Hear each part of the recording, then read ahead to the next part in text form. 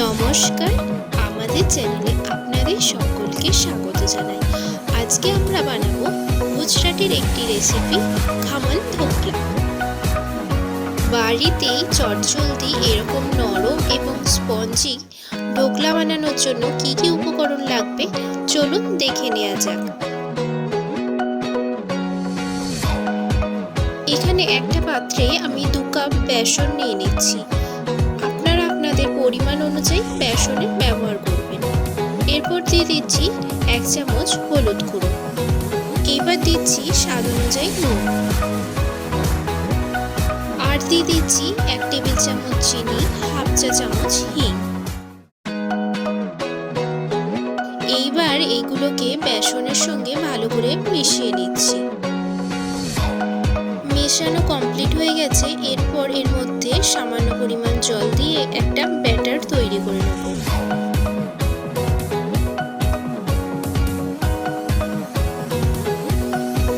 ব্যাটারটা তৈরি করার সময় আমি একবারেই সব জল ব্যবহার করিনি, অল্প অল্প করে জল দিয়ে ব্যাটারটা তৈরি করেছি। ব্যাটারটা ফাটানোর সময় অবশ্যই খেয়াল রাখবেন স্পিডে ফাটাবেন এবং বেশিক্ষণ টাইম ধরে ব্যাটারটাকে ফাটাবেন, তাহলে ঢোকলা খুব সুন্দর তৈরি হবে। এরপর দিয়ে দিচ্ছি 1 টেবিল চামচ ভিনেগার। ভিনেগারটাকে এর সঙ্গে ভালো করে মিশিয়ে নিচ্ছি। তারপর দিয়ে দিচ্ছি 1 টেবিল চামচ সাদা তেল। সাদা তেলটাকেও ব্যাটারটার সঙ্গে ভালো করে মিশিয়ে নিচ্ছি।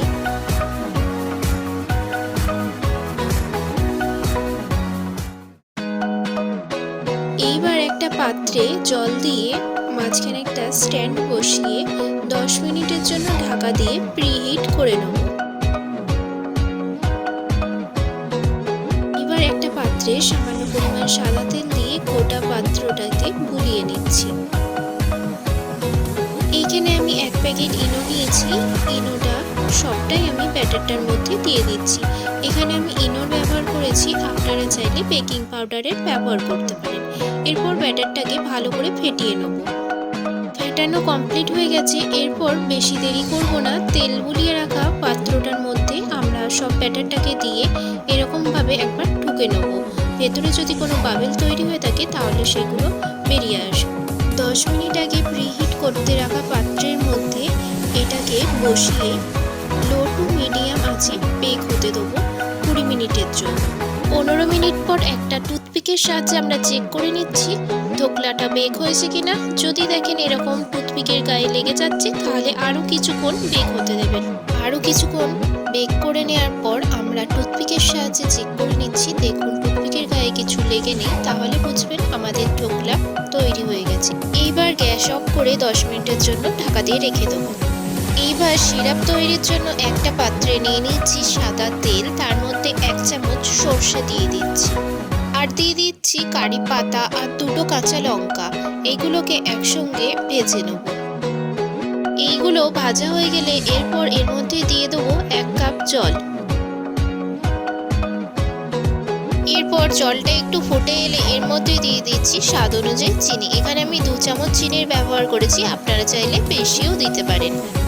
এইবার এটাকে 2 মিনিটের জন্য ফুটিয়ে নিচ্ছি। এটা ফুটে এলে তার মধ্যে দিয়ে দিচ্ছি হাফ চামচ পরিমাণের নুন। নুনটাকে আপনারা অবশ্যই মনে করে অ্যাড করবেন সিরাপের মধ্যে। এইবার এটাকে গ্যাস অফ করে ঠান্ডা হতে দেবো। এরপর ছুরির সাহায্য নিয়ে আমরা ঢোকলাটাকে বাটির মধ্যে থেকে বার করে নিচ্ছি।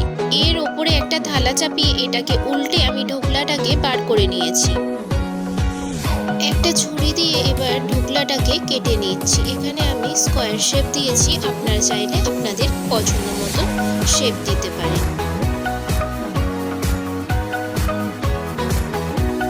দেখুন ঢোকলাগুলো কত নরম এবং স্পঞ্জি হয়েছে। ঢোকলার ওপরে সিরাপটা দেওয়ার সময় অবশ্যই খেয়াল রাখবেন দুটোই যেন হালকা গরম থাকে, বেশি গরম যেন না হয়। ঢোকলার ওপরে সিরাপটা দিয়ে দিচ্ছি। আপনারা চাইলে এর ওপরে নারকেল কুচিও অ্যাড করতে পারেন। আমাদের ঢোকলা তৈরি হয়ে গেছে। আপনারা বাড়িতে এই রেসিপিটা অবশ্যই ট্রাই করবেন এবং কেমন হলো আমাকে কমেন্ট সেকশনে অবশ্যই জানাবেন। ভিডিওটা ভালো লাগলে একটা লাইক করে দেবেন। সবাই ভালো থাকবেন, সুস্থ থাকবেন। দেখা হবে নতুন এক সিরিজে। আজকের মতন টাটা।